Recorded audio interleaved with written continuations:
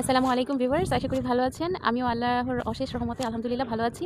আমি আশা করি আপনারা ইতিমধ্যে আমার বাহিরে আসার প্রথম স্টেপটি দেখে ফেলেছেন।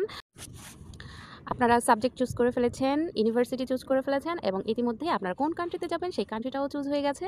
সো এখন আপনাদের রেডি হতে হবে যে আপনারা সেকেন্ড স্টেপে কি করবেন। বার্থ সার্টিফিকেট আছে কি দেখতে হবে, এনআইডি কার্ড আছে কিনা সেটা দেখতে হবে এবং সেখানে যদি কোনো নামের বানান ভুল থেকে থাকে তাহলে সেটা সংশোধন করে নিতে হবে অ্যান্ড দেন আপনার পাসপোর্ট করতে হবে।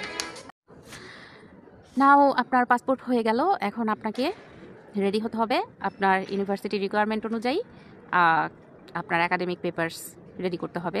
আপনি যদি ব্যাচেলর করতে আসতে চান বাহিরে যে কোনো কান্ট্রিতে তাহলে অবশ্যই তো আপনার এইচএসসি এসএসসি সার্টিফিকেট ট্রান্সক্রিপ্ট তুলতে হবে। বাট আপনার পছন্দের তালিকা যদি ইউরোপ থেকে থাকে তাহলে আমি বলবো আপনার এইচএসসি সার্টিফিকেট ট্রান্সক্রিপ্টের সাথে আপনার ব্যাচেলরের 1 বছরের ট্রান্সক্রিপ্ট থাকতে হবে। ইউরোপিয়ান কালেক্ট করতে হবে ল্যাঙ্গুয়েজ প্রফিসিয়েন্সি। সো ইউরোপ যদি হয়ে থাকে এখানে প্রচুর ল্যাঙ্গুয়েজ ব্যারিয়ার আছে, আপনারা সবাই জানেন। সো এখানে ইন্টারন্যাশনাল ল্যাঙ্গুয়েজ যেটা ইংলিশ সেটা খুব ভালো চলে সব জায়গায়। যদি এখানকার ল্যাঙ্গুয়েজ আপনি জানেন তো শিখে ফেলেন তাহলে তো ভালোই। আপনি যদি ইউরোপের যে কোনো কান্ট্রিতে, যেমন আপনি যদি জার্মানি যেতে চান, জার্মানির ল্যাঙ্গুয়েজ জানা থাকে, A1 A2 কমপ্লিট করা থাকে তাহলে ওই ল্যাঙ্গুয়েজ প্রফিসিয়েন্সি দিয়ে আপনার হবে। জানা না থাকে তাহলে আপনার ইংলিশ আইএলটিএস করতে হবে অথবা জিআরই অথবা পিটিই করতে হবে। সো আইএলটিএসে ওদের মিনিমাম একটা রিকোয়ারমেন্ট থাকে ব্যাচেলরের জন্য, সেটা হচ্ছে 6.5। ধরে নিলাম আপনার 6.5 হয়ে গেছে। সো এখন আপনি কি করবেন? এখন আপনার একটা মোটিভেশন লেটার করতে হবে।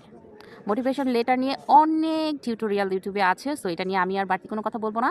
মোটিভেশন লেটার হয়ে গেল, আপনার ট্রান্সক্রিপ্ট সার্টিফিকেট সব হয়ে গেল। এখন হচ্ছে আপনার নিজের কী অর্জন আছে। এই যে 13 বছর আপনি পড়াশোনা করলেন, এই 13 বছরে আপনি কি অ্যাচিভ করতে পেরেছেন পড়াশোনার বাহিরে, এক্সট্রা কারিকুলার অ্যাক্টিভিটিস কী আছে আপনার, এগুলো দেখবেন।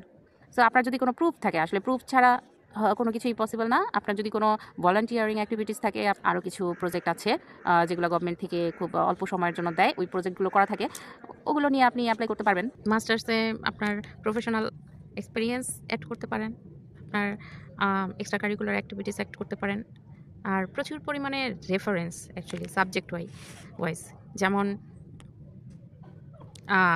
ইউরোপের বিভিন্ন ইউনিভার্সিটিতে আসলে বিভিন্ন রিকোয়ারমেন্ট দেখেন তাহলে দেখবেন যে ওরা স্পেসিফিক কিছু সাবজেক্টে আপনার হচ্ছে কিছু ন্যূনতম এসিটিএস আছে কিনা এটা দেখাতে বলে। সো আপনার ওইটা ফিল আপ আছে কিনা এটার জন্য আপনার একটা প্রুফ চায়। আপনি ওই সাবজেক্টের উপরে একটা রেফারেন্স তৈরি করতে পারেন এবং যে ওই সাবজেক্টটা যেই প্রফেসর বা যেই টিচার আপনাকে পড়িয়েছে তার কাছ থেকে আপনি এটা রিকমেন্ডেশন লেটারটা কালেক্ট করতে পারেন। অ্যান্ড আপনার প্রফেশনাল এক্সপিরিয়েন্সের জায়গা থেকে আপনি রিকমেন্ডেশন লেটার কালেক্ট করতে পারেন আপনার হেড অফ দ্য ডিপার্টমেন্ট থেকে। এরকম কিছু এক্সেপশনাল বিষয় আছে যেগুলো আসলে উল্লেখ করা থাকে না, বাট দিলে ভালো। না দিলে সমস্যা নেই, বাট দিলে ভালো, আপনি ওগুলো অ্যাড করে দিতে পারেন। সো আপনি মাস্টার্স অ্যান্ড ব্যাচেলর যেটার জন্যই প্রস্তুতি নেন না কেন, আমি সবগুলোর কথা বলে দিয়েছি। কোনো কিছু স্কিপ করে থাকলে আমাকে কমেন্টসে জানাবেন, ইনশাল্লাহ আমি আপনাকে সেগুলো নেক্সট যেই তৃতীয় স্টেপ নিয়ে আলোচনা করব সেখানে আপনাদের সকল প্রশ্ন, সকল জানার আগ্রহ যে আমি কিভাবে আসলাম, আমার জার্নিটা কিভাবে শুরু হলো, সব কিছু নিয়ে আমি ইনশাল্লাহ বিস্তারিত বলবো। সো এই পর্যন্ত আপনারা ভালো থাকবেন, সুস্থ থাকবেন এবং আমার জন্য অসংখ্য দোয়া করবেন। আল্লাহ হাফেজ।